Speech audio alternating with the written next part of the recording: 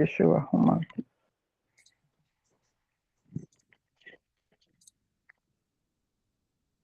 Bom, boa noite a todos.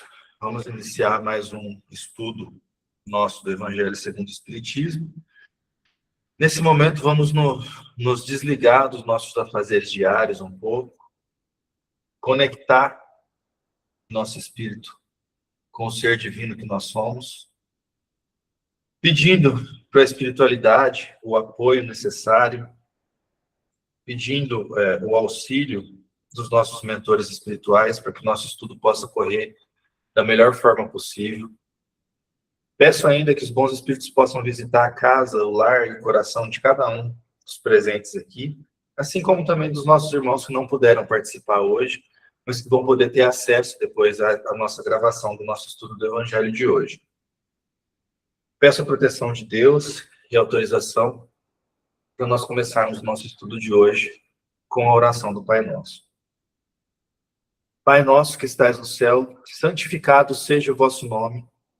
Venha a nós o vosso reino, seja feita a vossa vontade, assim na terra como no céu. O pão nosso de cada dia nos dai hoje. Perdoai as nossas ofensas, assim como nós perdoamos a quem nos tem ofendido.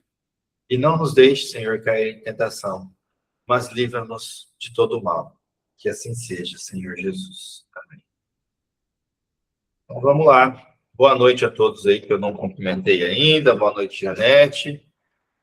Vamos iniciar aqui o nosso estudo de hoje. Lembrando que hoje nós vamos iniciar no capítulo 4 do Evangelho, onde nós vamos ver ali algumas diferenças entre reencarnação, ressurreição, e justamente no capítulo 4, o título dele, né, é da parábola de Cristo, se ninguém poderá ver o reino de Deus se não nascer de novo. Da fala dele com o... Nossa, me fugiu o nome agora do doutor da lei que ele conversava, que ele disse, ninguém poderá ver o reino de Deus se não nascer de novo. E aí surgiu ali o Nicodemos, né? Então surgiu ali esse questionamento de como seria esse mecanismo, né, de nascer de novo, o que Jesus estava querendo dizer com isso. E quando Nicodemos o questiona, né, Jesus até diz, né, você é doutor da lei e não sabe dessas coisas, e ele começa a explicar que não se trata ali de um nascimento físico, né, corporal, né, que seria o nascer de novo, o renascer do espírito em um novo corpo. E essa, já dando um spoiler aí do nosso estudo, é a diferença entre o termo ressurreição e reencarnação. Na ressurreição, se acredita que o espírito ele vai renascer utilizando o mesmo corpo físico que ele já habitava. E aí a gente vai ver durante o nosso estudo aí, durante todo o transcorrer do estudo do Evangelho e também no estudo do Livro dos Espíritos, que isso é fisicamente impossível, né? Até porque o nosso corpo, quando a gente desencarna, ele já começa ali a perecer, inclusive de uma forma bem rápida. Então, todos aqueles... tudo que forma o nosso corpo ali, ele volta, justamente como é dito, né? Ao pó retornaremos, né? Ele volta a se dissolver ali na matéria e não existe mais aquele corpo para o espírito fazer isso que eles chamam de ressurreição, certo? Para você ter uma ideia, né, o que a gente chama de ressurreição seria o caso do que aconteceu com o Lázaro, né, que ele foi dado como morto e aí voltou no mesmo corpo, né, ele ressurgiu no mesmo corpo. Então, nós vamos iniciar no item 1 ali, ressurreição e reencarnação. Depois nós vamos seguindo no nosso estudo ali, vamos passar pela parte da reencarnação, fortalece os laços de família, ao passo que a unicidade da existência os rompe, onde no Evangelho vai fazer uma comparação entre a visão reencarnacionista e a visão materialista que julga que tudo terminaria com a morte do corpo, certo? E aí nós adentraremos ali nas instruções dos espíritos, limites da encarnação e necessidade da encarnação. Esse capítulo, nós não vamos, né, obviamente, terminar ele em apenas um estudo, mas provavelmente nós vamos progredir um tanto bom aqui nessa parte de ressurreição e reencarnação no estudo de hoje. Então, no item 1 lá, Jesus, tendo vindo às cercanias de Cesareia de Filipe, interrogou assim seus discípulos: que dizem os homens com relação ao Filho do Homem?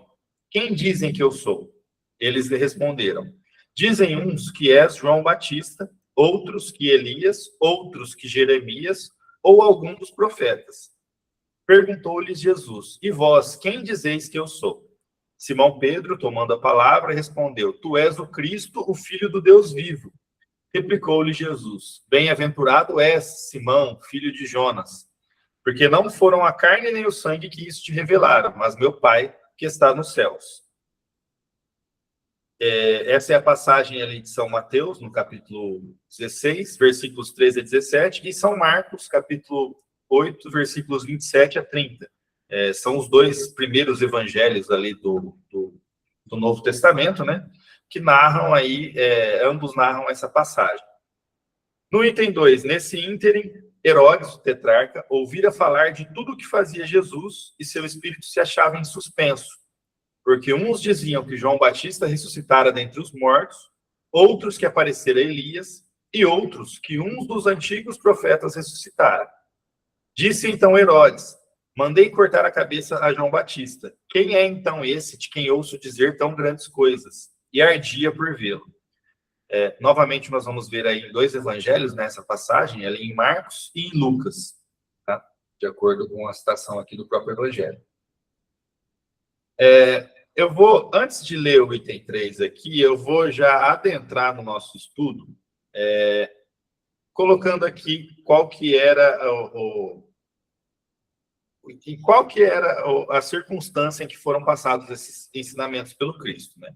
Essa passagem aqui de Pedro, que ele responde, né? Tu és o Cristo, Filho de Deus vivo. Após isso, inclusive, é que Jesus começa, né? Denomina Pedro de Pedro, que seria a rocha que daria início à fundação da Igreja do Cristo, né? E lembrando aqui, né, que o termo igreja que é utilizado na Bíblia ali, que ele foi traduzido, né, de eclesia, mas na verdade a real tradução, né, desse termo eclesia, ele não significa igreja nos termos que a gente tem aqui.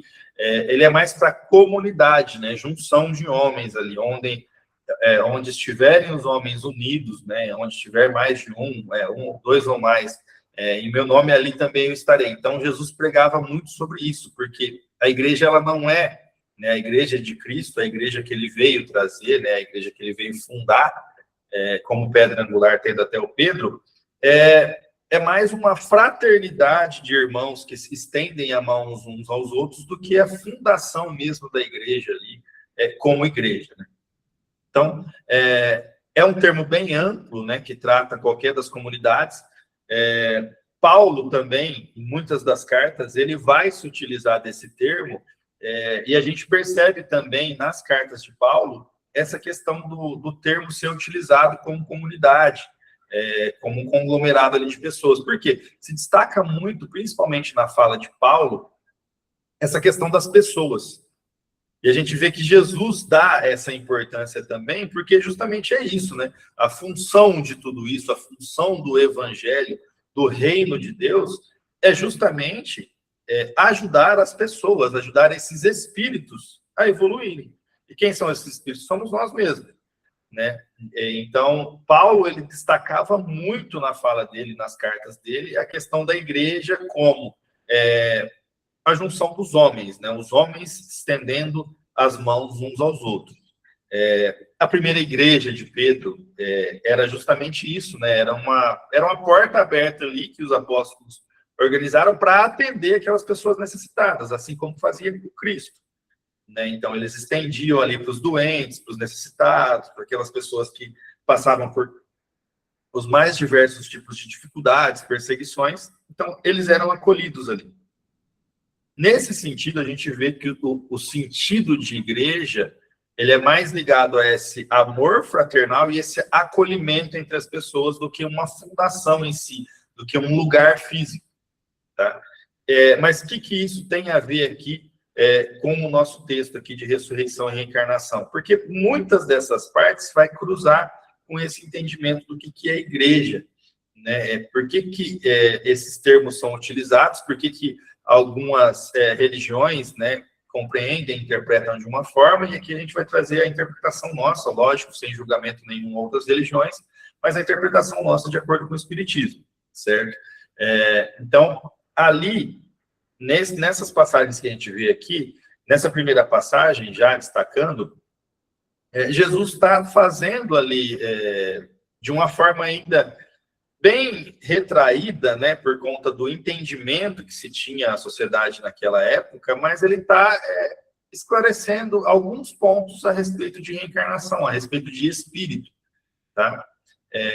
Então, essas passagens aqui, depois a gente vai ver ali que tem uma passagem que é após a transfiguração de Cristo no monte com os apóstolos, que ele deixa bem claro isso, quando ele fala com relação a Elias, que Elias já tinha vindo e a sociedade não tinha percebido e trataram ele da forma que trataram, que aí, inclusive, isso é literal na Bíblia, né, que os apóstolos percebem naquele momento que ele falava de João Batista. Então, e ali no Evangelho mesmo vai fazer vai clarear as ideias com relação a isso. Porque eles imaginavam, até então, né, o povo hebreu, os judeus, eles imaginavam que, como eles não entendiam a fundo os detalhes de como funcionava esse processo, eles imaginavam que a ressurreição ocorreria no mesmo corpo, né? Que ocorreria, no caso, o que eles chamam de ressurreição, e não o que a gente chama hoje em dia de reencarnação, porque eles não entendiam ali os liames desse processo, né? Os povos judeus, todos eles pregavam pela reencarnação, mas que era chamada de ressurreição, mas sem entender ainda como que isso funcionaria, certo? Sem entrar a fundo no mecanismo que é utilizado para que isso ocorra, tá? Então, os povos judeus, com exceção dos saduceus, todos eles acreditavam já na questão da reencarnação ou da ressurreição, como eles denominavam. Então, isso não é uma novidade trazida pelo Espiritismo. Inclusive, em diversas outras religiões bem mais antigas, era citado também, de uma forma até superficial, essa questão de reencarnar, de ressurgir, de renascer, né, de aquele mesmo espírito ter várias oportunidades ali terrenas, mas sem adentrar a fundo esse mecanismo. Por quê? Esse mecanismo ele vem nos ser esclarecido com a codificação kardecista, né? Que aí se entra mais a fundo nesse mecanismo da reencarnação. Nesse item 2 aqui, o que a gente tem de destaque? Que Herodes ele fica surpreso quando começa a correr esse comentário de que Jesus era João Batista ressuscitado, que Jesus era algum dos outros apóstolos, que ele era Jeremias, Elias, enfim. Por quê? Herodes ele já estava nessa época, né, com bastante medo do renascimento ali do reino de Cristo, né, da pregação do reino de Cristo nos homens. Por quê? Eles não conseguiam entender ainda, a sociedade romana não conseguia entender que não se tratava de um reino físico. Então, eles achavam que esse reino de Cristo que ele vinha trazer, eles não entendiam que se tratava de uma reforma íntima, né, que era um reino interior, que ele está no coração de cada um dos seres. Eles imaginavam que ele estava contestando o poder de Roma e que ele viria fundar um reino material mesmo aqui na Terra. Né? Então, isso colocava em xeque ali o poder de Roma, e era por isso que havia, né, na maior parte das vezes, essa perseguição. Tanto é que ali mesmo no texto, ele confessa, né, que ele já tinha mandado cortar a cabeça de João Batista. Então, agora, como está surgindo outra pessoa alegando ser o João Batista ressuscitado? E ali, né, na última frase, né, ardia por vê-lo, né? Ou seja, ele ficou ansioso por conhecer, porque ele tinha que saber o que realmente estava acontecendo. E é nessa época que ele manda, inclusive, interrogar Jesus, manda que ele seja detido para interrogação, para interrogatório, por conta desse medo que se tinha de perder o poder, especificamente.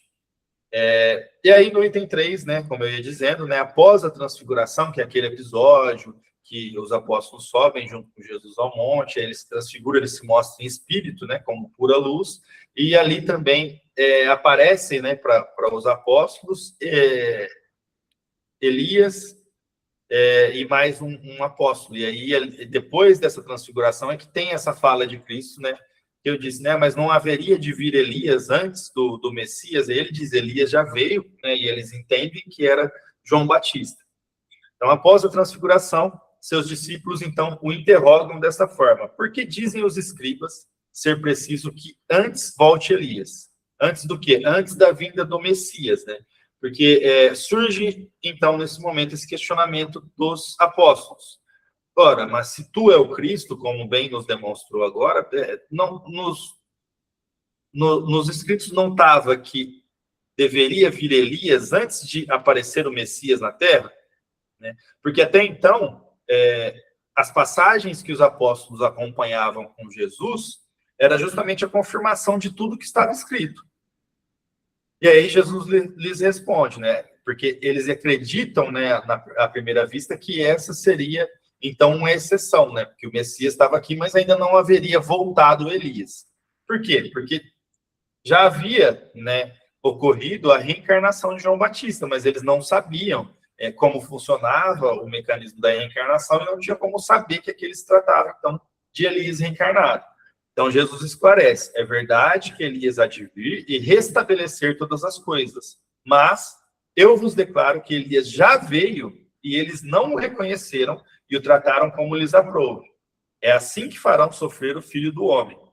Então, seus discípulos compreenderam que fora de João Batista que ele falava.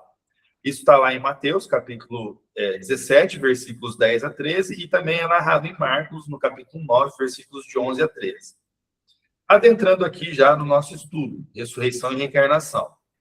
A reencarnação fazia parte dos dogmas dos judeus sob o nome de ressurreição. Só os saduceus, cuja crença era de que tudo acaba com a morte, não acreditavam nisso. Então, é justamente aquilo que eu dei um spoiler para a gente ali no início.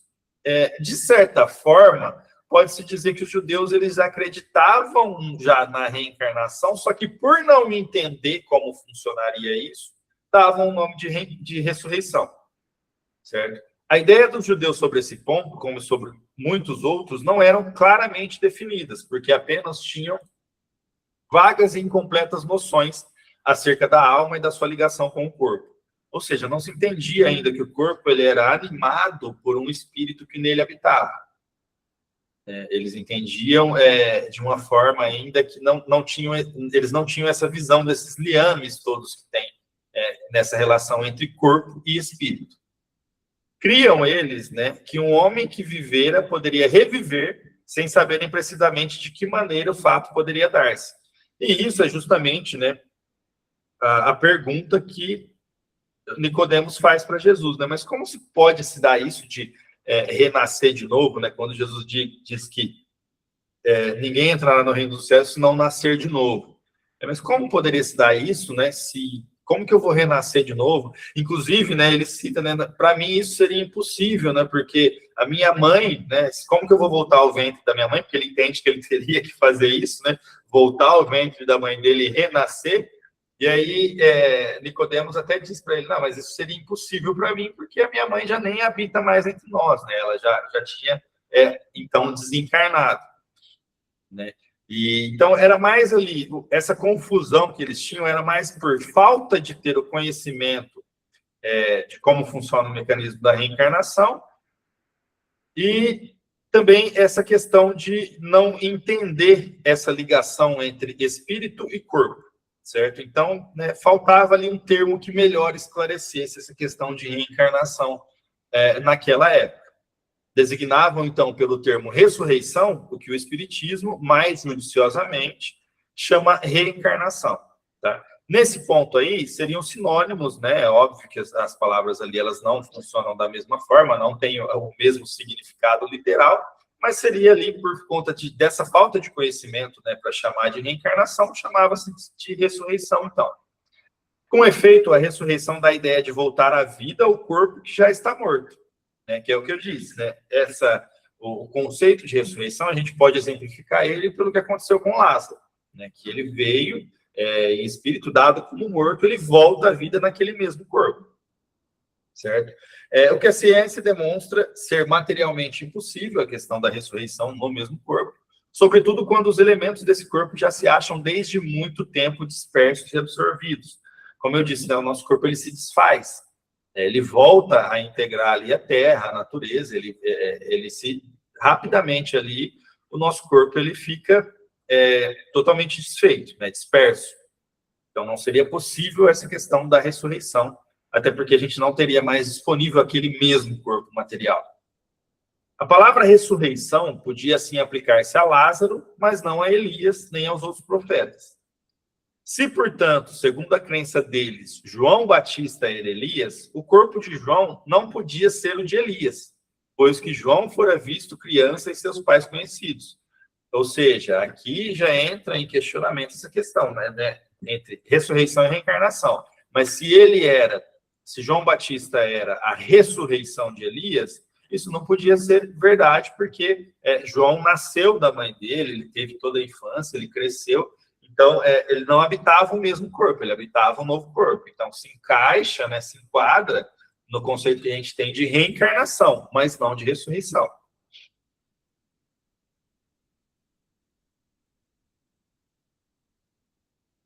E aí, partimos aqui para o nosso item 5.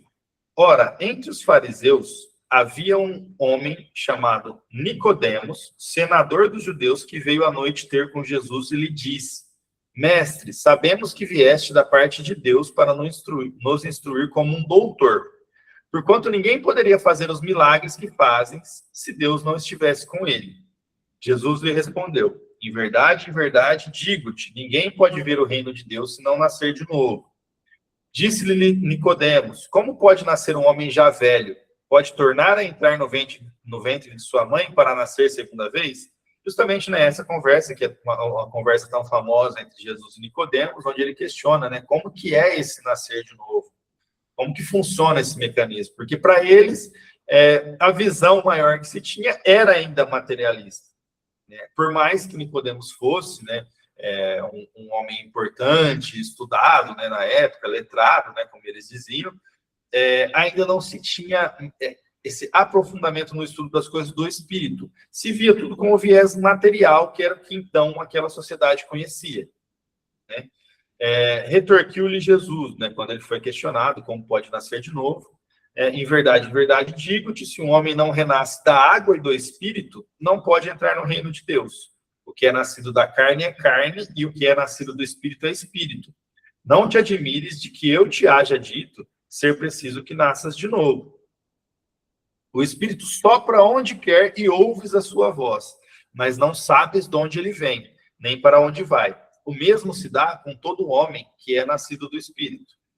Né? Essa parte da conversa aqui, a gente já poderia dedicar um estudo inteiramente a isso aqui. Porque essa questão de nascer da carne e do espírito, ali Jesus está dando alguns conceitos básicos da anterioridade do espírito com relação ao corpo. Né? Porque ele está dizendo, o que é nascido da carne é carne, o que é nascido do espírito é espírito. Ou seja, a carne, ela termina, mas o espírito, ele não termina. Então, o nosso corpo, ele morre, mas o espírito, ele continua. Por isso que ele diz ali, né, adiante, que o espírito sopra onde quer e ouves a sua voz, mas não sabes de onde ele vem, nem para onde vai. O mesmo se dá com todo homem que é nascido do espírito. Então respondeu-lhe Nicodemos: como pode isso fazer-se? Jesus lhe observou: pois que és mestre em Israel e ignoras essas coisas? Digo-te em verdade, que não dizemos senão o que sabemos, e que não damos testemunho senão do que temos visto. Entretanto, não aceitas o nosso testemunho. Mas, se não me credes quando vos falo das coisas da terra, como me crereis quando vos fale das coisas do céu? Aqui Jesus dá um panorama da situação, né? E a gente tem como ter hoje em dia um pouquinho mais da noção dessa dificuldade que tinha de se ensinar para um povo que ainda era muito apegado ao materialismo, que ainda tinha pouquíssima ideia da imortalidade do espírito, de como que funciona essa relação entre espírito e corpo, que o nosso corpo ele vai morrer, mas o espírito continua, né? Então Jesus ele fala ali, né? Olha, eu falo do que eu vi, do que eu vivo, né? Mas é difícil explicar para vocês, porque quando eu falo de coisas materiais, né, vocês já não entendem. Como que eu vou falar das coisas do céu para vocês, né, que seriam as coisas do espírito, né? Como que eu vou falar disso para vocês se vocês duvidam até das coisas materiais e até mesmo, né, nessa parte, Jesus já tinha mostrado bastante dos seus sinais, curado, feito bastante provas ali de ser ele o Cristo, né, vamos dizer assim, né, e mesmo assim ainda tinha muita gente que voltava a duvidar. Logo após ver um fenômeno, ali um milagre, né, de Jesus, ainda assim havia essas pessoas que voltavam a duvidar. Então, nesse ponto aqui, Jesus destaca justamente essa dificuldade entre interpretações, né? E ele, inclusive, faz esse destaque, né? Você que é mestre em Israel, ignora essas coisas, então é difícil até eu tratar contigo, né, que tem um pouco de estudo acerca dos mandamentos e tudo, imagine com o resto, né, dessa sociedade aí que não acredita na maior parte das coisas do Espírito e foca principalmente na parte do materialismo. Né? Como a gente viu lá na introdução do Evangelho, no começo do nosso estudo, já desde o início da formação da sociedade ali, e antes disso, assim que o homem começa a ter essa ideia mais apurada, né, começa a ter o pensamento contínuo, já vem junto com isso aquele sentimento inato, aquela dúvida do que acontece com o ser após a morte. E a gente vê que isso é um movimento um tanto quanto natural, porque isso desponta em diversas partes do globo, entre povos que um não conhece o outro, nunca houve uma troca de informação entre eles ali, e em diversas culturas, em diversas religiões, se destaca esse questionamento sobre para onde vamos, né? Qual que é o nosso objetivo aqui? Será que quando morre o corpo, tudo acaba? Tudo que a gente fez fica para trás e aí simplesmente a gente retorna ao nada? E aí nós estudamos, né, as teorias que existem a respeito disso, daquelas que se volta, né, o espírito ele voltaria para um todo, e daí ele perde a sua individualidade, ou se ele é relegado depois ao nada mesmo, né, como se fosse um eterno sono, e ele perde totalmente também a sua individualidade, e nós fizemos esse estudo em contraposição à visão espiritista da coisa, que é essa visão da imortalidade do espírito, né, da continuidade desse espírito e das várias encarnações que nós temos disponíveis para nos aperfeiçoarmos. A ideia de que João Batista era Elias, de que os profetas podiam reviver na Terra, se nos depara em muitas passagens dos evangelhos, notadamente nas acimas reproduzidas, no item 1, 2 e 3 que a gente acabou de ver. Se fosse errônea essa crença, Jesus não houvera deixado de a combater, como combateu tantas outras. Longe disso, ele a sanciona com toda a sua autoridade e a põe por princípio e como condição necessária, quando diz: ninguém pode ver o reino de Deus se não nascer de novo. E insiste acrescentando: não te admires de que eu te haja dito ser preciso nasças de novo. Essas palavras, se um homem não renasce da água e do espírito, foram interpretadas no sentido da regeneração pela água do batismo. O texto primitivo, porém, rezava simplesmente: não renasce da água e do espírito, ao passo que, em algumas traduções, as palavras do espírito foram substituídas pelas seguintes: do Santo Espírito, o que já não corresponde ao mesmo pensamento. Esse ponto capital ressalta dos primeiros comentários a que os evangelhos deram lugar, como se comprovará um dia, sem equívoco possível. O que o evangelho está nos dizendo aqui, nos esclarecendo? Não só essa questão da reencarnação, né, ali chamada de ressurreição, ela não era combatida por Jesus, como também foi confirmada. Não somente nessa passagem, né, mas em algumas passagens da Bíblia, a gente consegue identificar Jesus tratando dessa questão da reencarnação e tentando, de alguma forma, trazer luz a respeito dessa questão da ressurreição, né, que era o que o povo tinha o fundamento ali para acreditar. Como eu disse, né, no nosso estudo, o que aquela sociedade conhecia até então a fundo era o que era material, eles conheciam o que era tangível, né, o que se podia palpar. Não se tinha muita ideia de como que funcionavam essas forças, essas energias do espírito. Não se conhecia energia elétrica nessa época, não se conhecia a fundo o magnetismo, né? Então não se tinha noção de que existiam outras forças, além do que aquilo que os nossos sentidos podem captar, que também interferem no mundo como um todo, né? Na nossa existência aqui. Né? Não existia, como existe hoje, estudos que comprovam a questão da energia da água fluidificada, por exemplo, né? De como que isso funciona, de como que isso altera ali a organização molecular daquela água. Não se haviam estudos como existem hoje sobre imposição de mãos, né, de transferência de energia.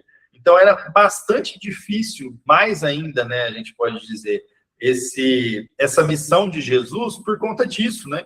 Ele tinha a sociedade ali, era uma matéria muito bruta ainda a ser trabalhada para ele conseguir conceituar até essas coisas que hoje em dia para a gente já se torna uma coisa mais básica, né? O conceito de reencarnação, que a gente já consegue entender, que a gente já tem mais conhecimento sobre isso. Então, a gente vê várias e várias passagens ali, Jesus tentando, de alguma forma, esclarecer essa questão da reencarnação. E aqui, eu vou fazer um adendo aqui, gostaria da participação de vocês, de um questionamento que eu tenho, né? Por que Jesus, nessa época, não foi mais a fundo ainda nessa questão de esclarecer esses detalhes que acontecem da reencarnação, né?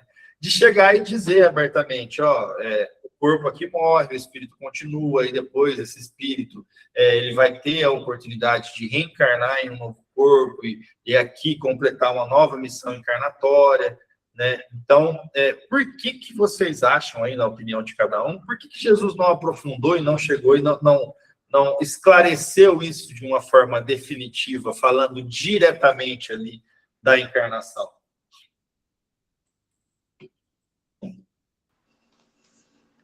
Boa noite, Wellington. Boa noite a todos. Boa noite. Wellington, certamente porque não estávamos preparados, né, para isso, para esse entendimento. Nosso espírito ainda estava muito primitivo para as coisas que estavam acontecendo. Enquanto você falava, fiquei lembrando, meu Deus, até um dia desse, a gente não sabia nem da resposta quando a pessoa morre e de vez em quando aparece assim, acordou, e o pessoal se assusta, né, de uma catalepsia. E a gente ainda tem, assim, um fantástico nisso, uma coisa...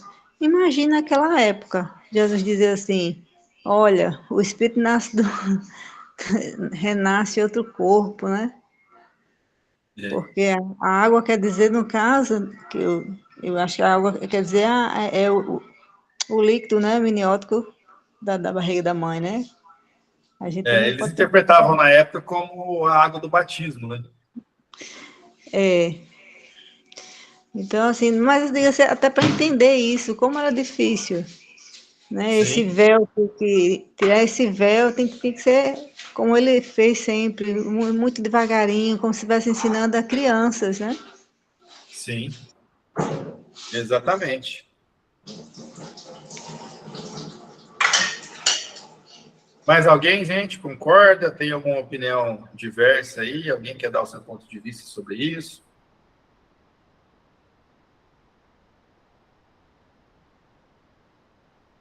Ninguém? Bom, então vamos lá, vamos prosseguir. O que eu entendo, né? Qual que é a minha opinião também sobre isso? Eu entendo que havia uma dificuldade de linguagem na época, né? A gente tem que considerar que essa transição de mundo primitivo para mundo de provas e expiações se dá justamente com a vinda do Cristo. Então, ele ainda estava falando com a sociedade do mundo primitivo. Tá? E ainda, né, para a gente tentar dimensionar o tamanho dessa dificuldade que se tinha, hoje, mais de 2.000 anos depois, já no mundo de provas e expiações há 2.000 anos, nós ainda temos, muitos de nós, temos dificuldade em entender essas coisas e muito disso é dado ainda como místico, como algo mágico, né? Ainda se tem esse tipo de visão. A gente tem que ter sempre em mente que Jesus, né, como governador planetário que né, o espírito mais inteligente que já pisou aqui, ele tem toda uma didática que ele segue para não entrar nesse misticismo, né? Para conseguir, né, colocar um pouquinho de luz nessa sociedade ali primitiva, mas sem isso partir para esse lado do misticismo. Então tinha todo um cuidado com relação a isso aí. Ah, mas por que isso aconteceria e tal? A gente vê isso até hoje, gente. No nosso lar, por exemplo, quando foi lançado, foram feitas duras críticas, né, ao Chico, pela obra, inclusive a obra teve os questionamentos da obra, a obra foi revisada, foram mudadas algumas partes ali. Por quê? Porque se tinha aquilo como um misticismo, né? André Luiz vem, e por meio aí da psicografia do Chico, ele nos traz detalhes da vida do espírito, da vida no mundo espiritual, e aí muita gente acha, não, agora o Chico, agora ele foi longe demais, ele está divagando, isso aí é misticismo, ele está iludido com a questão da mediunidade dele, enfim, foram feitas diversas e diversas críticas. E isso agora, na nossa sociedade atual, né? Então a gente imagina como que não era o cuidado do Cristo ao tratar dessas questões mais profundas do espírito com aquela sociedade. Por quê? Se acaso fosse legado totalmente ao misticismo, ele poderia ser desacreditado, ser colocado como um louco, como uma pessoa que fala coisa que não tem nada a ver. Né? Isso aconteceu, inclusive, foi muito criticado na época dele, João, que veio para preparar justamente o caminho para o Cristo. João Batista foi muito criticado, ele era tido como louco, que vivia no deserto, porque não tinha uma aparência de uma pessoa que vivia ali peregrinando, passava por diversas dificuldades, então em muitos locais ele era totalmente desacreditado. Então, por conta disso, creio eu, que teve-se esse cuidado maior para não adentrar muito nessas questões, porque naquela época essa sociedade não estava preparada, como bem disse a Janete. Essas sociedades que somos nós mesmos daquela época lá, nós não tínhamos ainda uma base para se construir esse tipo de conhecimento, certo? Primeiro vem essa conceituação mais básica para depois a gente conseguir entender do que Cristo falava. E aqui as notas ali, né, do rodapé, né? A tradução de Osterwald está conforme o texto primitivo, diz, não renasce da água do Espírito. A de Sassi diz, do Santo Espírito, e a de Lamenar diz, do Espírito Santo. A nota de Allan Kardec, podemos hoje acrescentar que as modernas traduções já restituíram o texto primitivo, pois que só imprimem Espírito e não Espírito Santo. Examinamos a tradução brasileira, a inglesa, a em Esperanto e a de Ferreira de Almeida, e todas elas está somente Espírito. Além dessas modernas, encontramos a confirmação numa latina de Teodoro de Beza, de 1642, que diz, Genitus est aqua et spiritu, et quod genitum est espírito, spiritus est. É fora de dúvida que a palavra santo foi interpolada, como diz Kardec. Então, aqui, nesse texto aqui, que eu li aqui bem fracamente, aqui, né, ele diz que o que é do espírito o espírito nasce do espírito e o que é carne é da carne, né? Então, ali, eles suprimem, né? No começo foi dada algumas traduções colocar o termo Espírito Santo ou Santo Espírito, e aí eles suprimem depois o termo santo, né, e deixa só o termo espírito, porque isso aí foi adicionado, né, na tradução. No texto primitivo não tinha isso. Para se apanhar o verdadeiro sentido dessas palavras, cumpre também se atente na significação do termo água, que ali não for empregado na acepção que lhe é própria. Muito imperfeitos eram os conhecimentos dos antigos sobre as ciências físicas. Eles acreditavam que a Terra saíra das águas. Por isso, consideravam a água como elemento gerador absoluto. Assim é que na Gênesis se lê: o Espírito de Deus era levado sobre as águas, flutuava sobre as águas. Que o firmamento seja feito no meio das águas. Que as águas que estão debaixo do céu se reúnam em um só lugar e que apareça o elemento árido. Que as águas produzam animais vivos que nadem na água e pássaros que voem sobre a terra e sobre o firmamento. Ou seja, aqui o Evangelho está nos dando esse viés de que o termo água ali ele era considerado como vida, né? Como gerador de toda a vida que há no planeta. O entendimento que até então se tinha, e isso com base até no Antigo Testamento, era de que tudo havia surgido da água. né? Até os pássaros do céu, eles tinham sido gerados na água, e aí depois eles teriam começado a voar, né? Havia no começo a água, e aí Deus ordenou para que se separasse um ponto seco, né? Que as terras se juntassem e formasse o elemento árido, né? Então, tinha-se muito essa crença de que tudo vinha da água, de que a vida, ela vinha da água. Então, era mais nesse sentido de vida, nessa passagem, que era utilizado o termo água. Segundo essa crença, a água se tornara o símbolo da natureza material, como o espírito era o da natureza inteligente. Estas palavras, se o homem não renasce da água e do espírito, ou em água e em espírito, significam, pois, se o homem não renasce com o seu corpo e sua alma. É nesse sentido que, a princípio, as compreenderam. Tal interpretação se justifica, aliás, por essas outras palavras. O que é nascido da carne é carne, o que é nascido do espírito é espírito, que é aquela transcrição que a gente viu ali.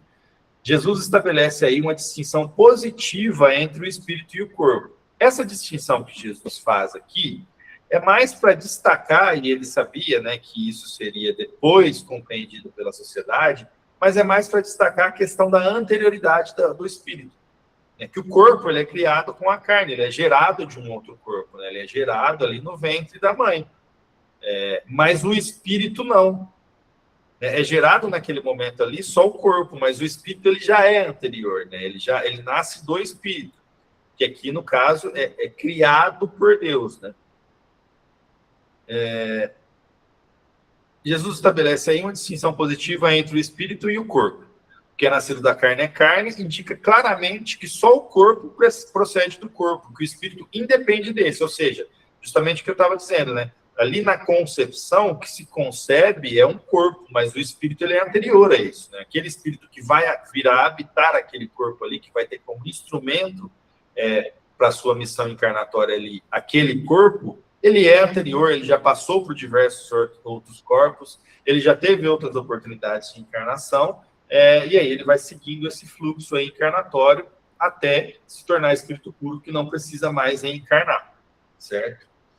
Então, essa distinção aí que Jesus faz é justamente isso, né? O espírito ele não depende do corpo. Na hora da concepção, ele é gerado somente o corpo, o espírito ele é anterior. Item 9. O espírito sopra onde quer. Ouve-lhes a voz, mas não sabes nem de onde ele vem, nem para onde vai. Pode-se entender que se trata do Espírito de Deus, que dá a vida a quem ele quer, ou da alma do homem. Nessa última acepção, não sabes de onde ele vem, nem para onde vai, significa que ninguém sabe o que foi, nem o que será o Espírito. Se o Espírito ou a alma fosse criado ao mesmo tempo que o corpo, saber-se-ia de onde ele veio, pois que se lhe conheceria o começo. Como quer que seja, essa passagem consagra o princípio da pré-existência da alma e, por conseguinte, o da pluralidade das existências. Porque se essa alma existia anteriormente, ela vai habitar um corpo, por existir anteriormente, se chega à conclusão de que ela já pode ter habitado outros corpos antes daquele, certo?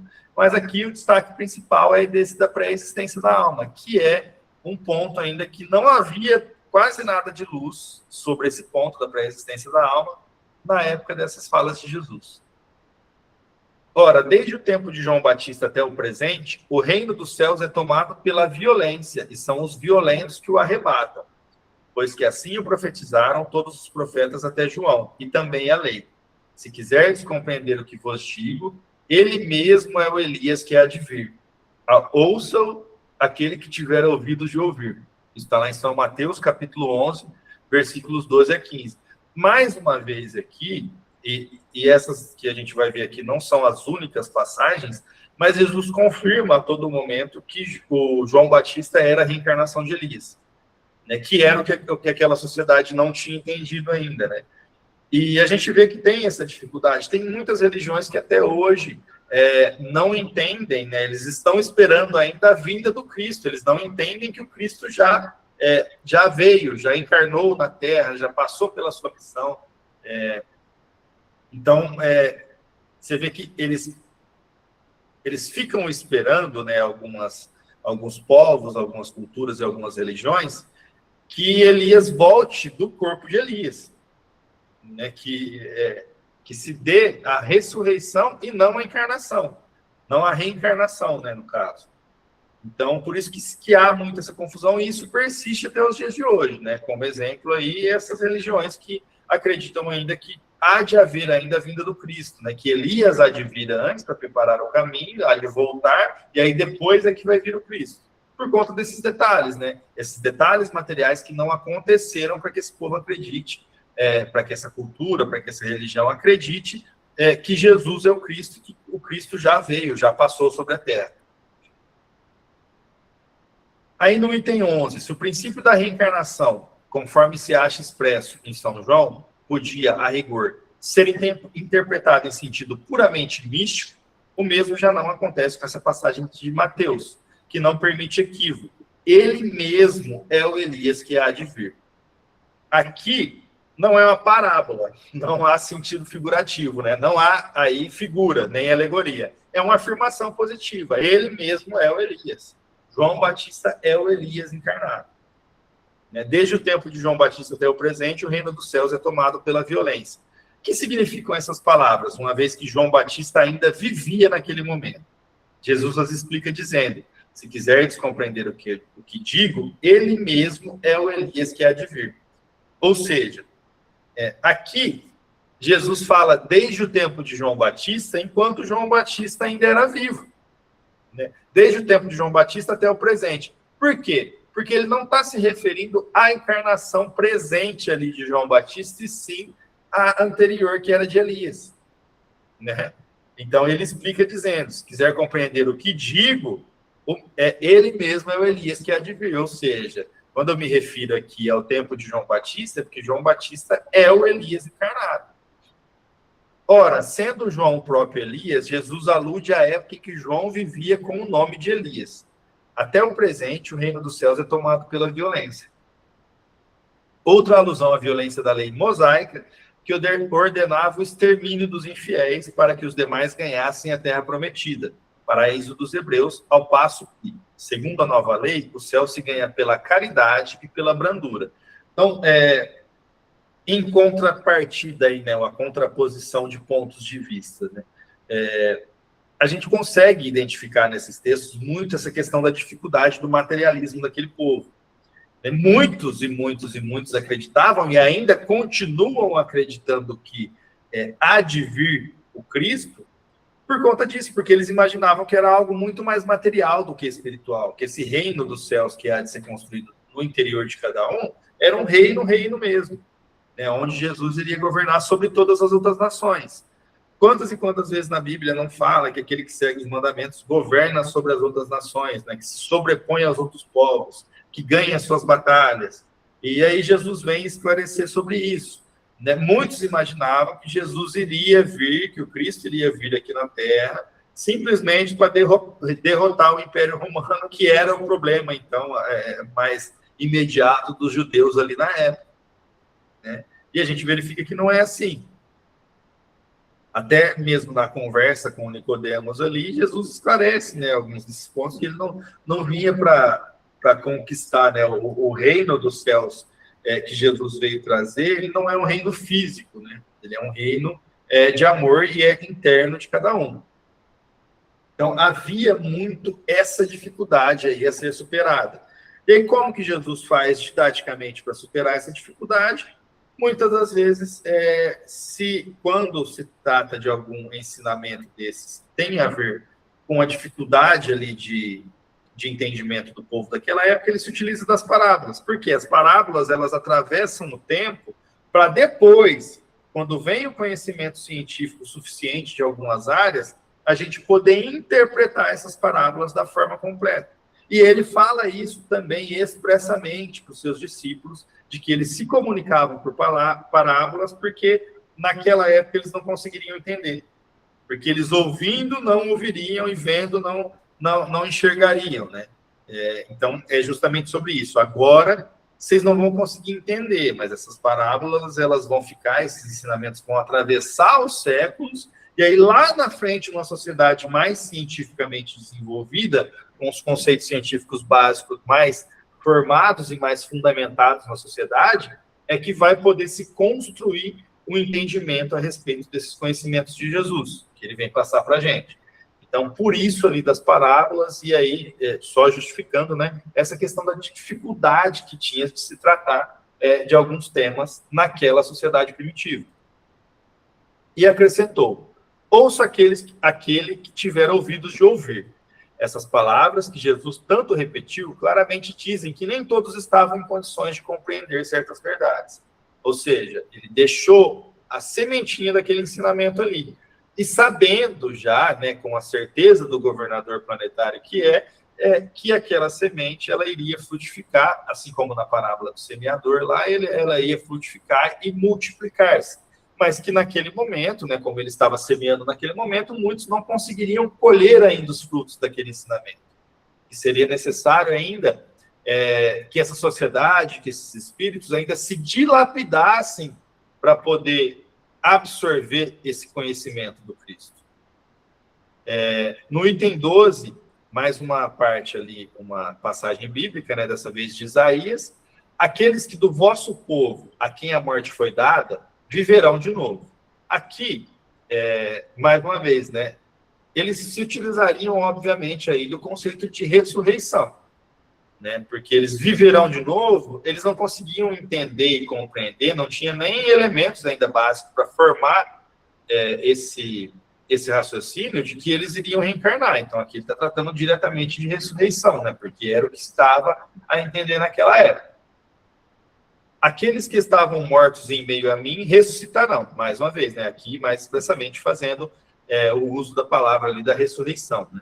Despertai do vosso sono, entoai louvores a Deus, vós que habitais no pó, porque o orvalho que cai sobre vós é um orvalho de luz, e porque arruinareis a terra e o reino dos gigantes. Isaías, capítulo 26, versículo 19. É também muito explícita essa passagem de Isaías. Aqueles do vosso povo, a quem a morte foi dada, viverão de novo. Se o profeta houvera querido falar da vida espiritual, se houvera pretendido dizer que aqueles que tinham sido executados não estavam mortos em espírito, teria dito, ainda vivem, e não viverão de novo. No sentido espiritual, essas palavras seriam um contrassenso, pois que implicariam uma interrupção na vida da alma. No sentido de regeneração moral, seria uma negação das penas eternas, pois que estabelece um princípio em que todos os que estão mortos reviverão. Certo? Aqui, né, mais um esclarecimento sobre a questão de não existir a pena eterna, né, a condenação eterna do espírito, de passar uma eternidade expiando pelos erros que cometeu em uma encarnação. Nós já tratamos bastante desse tema quando nós estudávamos lá a introdução do Evangelho. Tem, para quem não pôde acompanhar, tem esses estudos gravados aí no nosso canal, né, lá do início do nosso estudo do Evangelho.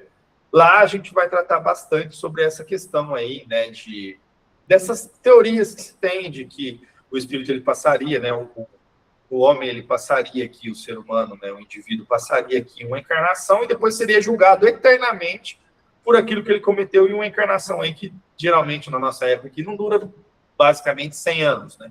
E aí, por conta dos erros que ele comete dentro desses 100 anos, ele teria que expiar esses erros, né? E sofrer as mais diversas penas aí por toda a eternidade, né? Então, lá no estudo da introdução do Evangelho, a gente já falou bastante sobre essa questão. Mas ali, mais uma vez, essa questão da linguagem, né? Não se tinha ainda elementos naquela linguagem ainda mais primitiva para se explicar com mais detalhes, né? Então, ali Isaías se utiliza, né? Aqueles do vosso povo, a quem a morte foi dada, viverão de novo. Ou seja, eles morreram, mas não morreram, né? Eles vão ser dados a viver de novo. Não tinha como se explicar o mecanismo, né? Mais uma vez, de como isso aconteceria. Mas ali ele já esclarece alguns pontos, de que não existe essa morte eterna, né? Se viverão de novo, então não existe essa questão de ficar eternamente morto, né? E aí começa-se a construir um conceito sobre o que é essa morte, né? E aí a separar, né? Que era, acho que a dificuldade principal. Separar corpo de espírito. Quem morre é só o corpo, né? Então, como não tinha ainda essa linha bem determinada ali entre corpo e espírito, a divisão entre eles e a relação entre eles também não havia sido ainda construída conceitualmente, então não se tinha como discutir sobre essas questões. Então, se achava que aquele que estava morto, pelo menos temporariamente, estava morto, e um dia, quando fosse o dia do juízo final, todos ressuscitariam para serem, então, julgados e condenados a penas eternas ou ao paraíso eterno também, né? E sem nenhum trabalho, sem nenhuma utilidade, simplesmente vivendo no descanso, né, eterno, que eles dizem, né? Não se via ali também, né, para aquele que fosse condenado, teria a pena eterna, e para o outro, descanso eterno, que também não corresponde à lei divina ali do trabalho. Então, como nós já determinamos isso lá no nosso estudo do início do Evangelho, eu vou sugerir, né, que repassem essa questão aí, para a gente poder entender aqui por que não se dava ainda um conhecimento mais profundo sobre essa questão de reencarnação. E assim, gente, tem muita coisa ainda para a gente discutir sobre reencarnação e ressurreição aqui. Esse capítulo é um dos que mais tem citação da Bíblia, porque tem muitas e muitas passagens para confirmar. Por quê? Isso era um dos pontos em que no nascimento, lá no berço do Espiritismo, e isso persiste até hoje também, né? Esse ponto da reencarnação é um dos que é mais questionado, né?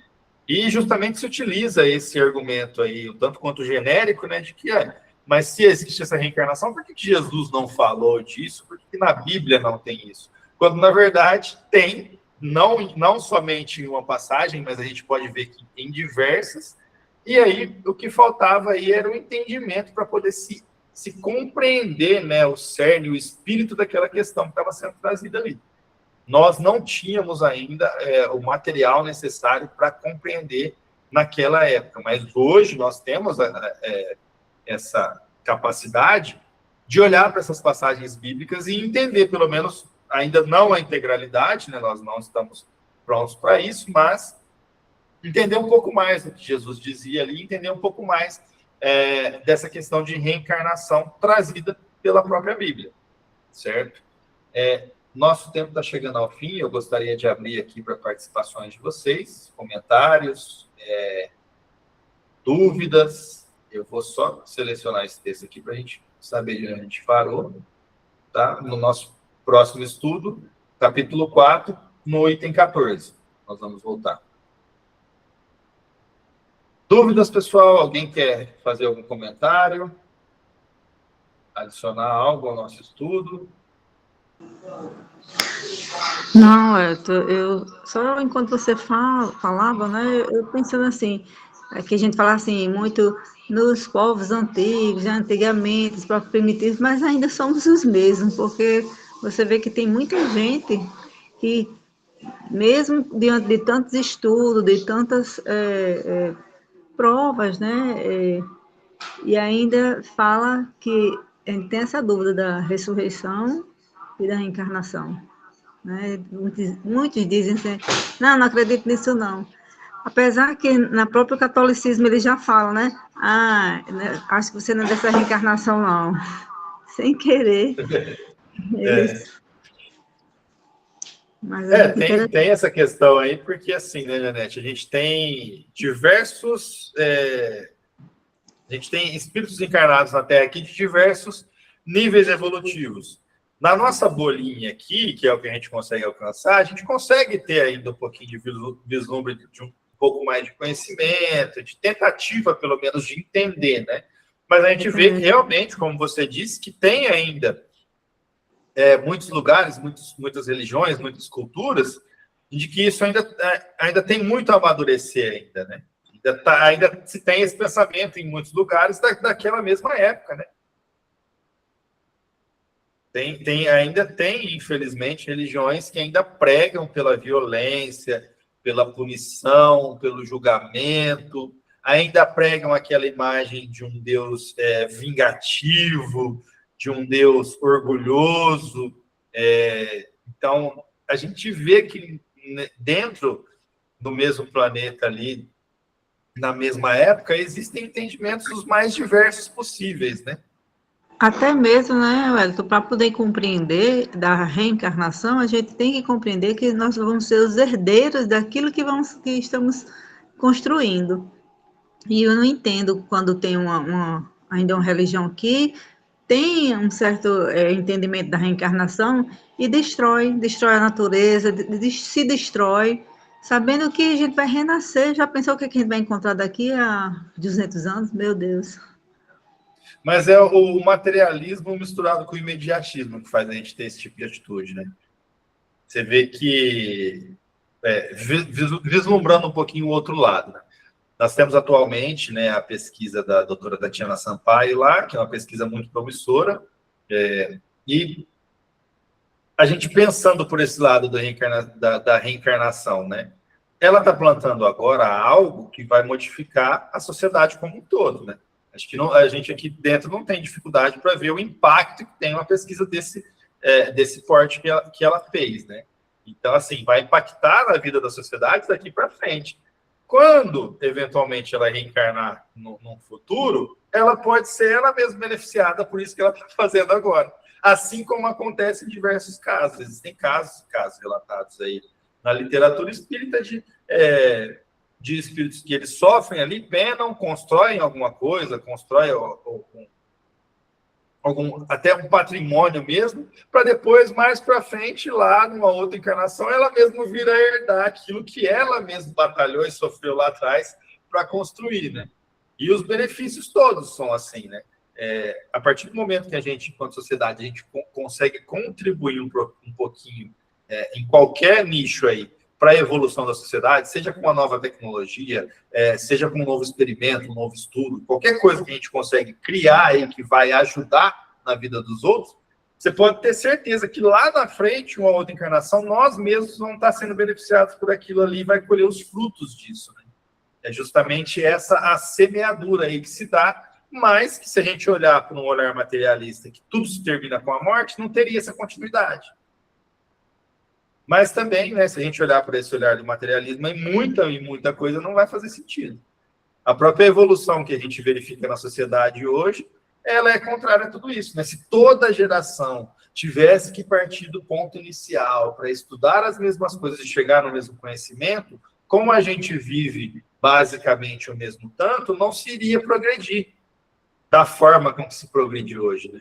Então a gente vê as nossas crianças, e isso é um exemplo que eu sempre utilizo aqui no nosso estudo, porque é muito fácil de visualizar isso, é muito diferente, gente, da infância nossa, as crianças que tem hoje em dia. Questão de desenvoltura, de fala, de inteligência, de habilidade para lidar com tecnologia, que a gente fica milhões de anos-luz atrás das crianças de 4, 5 anos hoje em dia.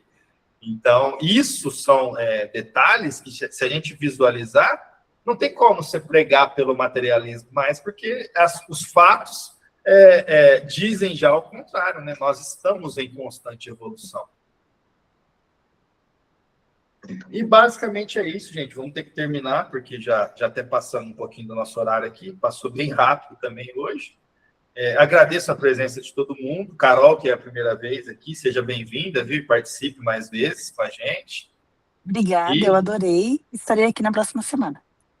E sinta-se à vontade sempre para participar, viu? Aqui a gente pode interromper, pode falar junto, pode perguntar, pode questionar, pode trazer também, e isso é muito interessante, isso é o que faz ficar mais rico o nosso debate. A gente sempre traz aqui coisas do nosso dia a dia, né? A gente sempre tem essa troca de experiência aqui entre as pessoas do grupo, de coisas que aconteceram, porque um vai adicionando ali ao conhecimento do outro. Agradeço mais uma vez a presença de cada um aqui. Agradeço a espiritualidade, né, que nos permitiu estar juntos aqui, né, a unir os nossos corações, apesar da distância, nesse nosso estudo. E até o nosso próximo estudo. Muito obrigado e uma boa noite a todos. Boa noite. Boa noite. Boa noite, boa semana.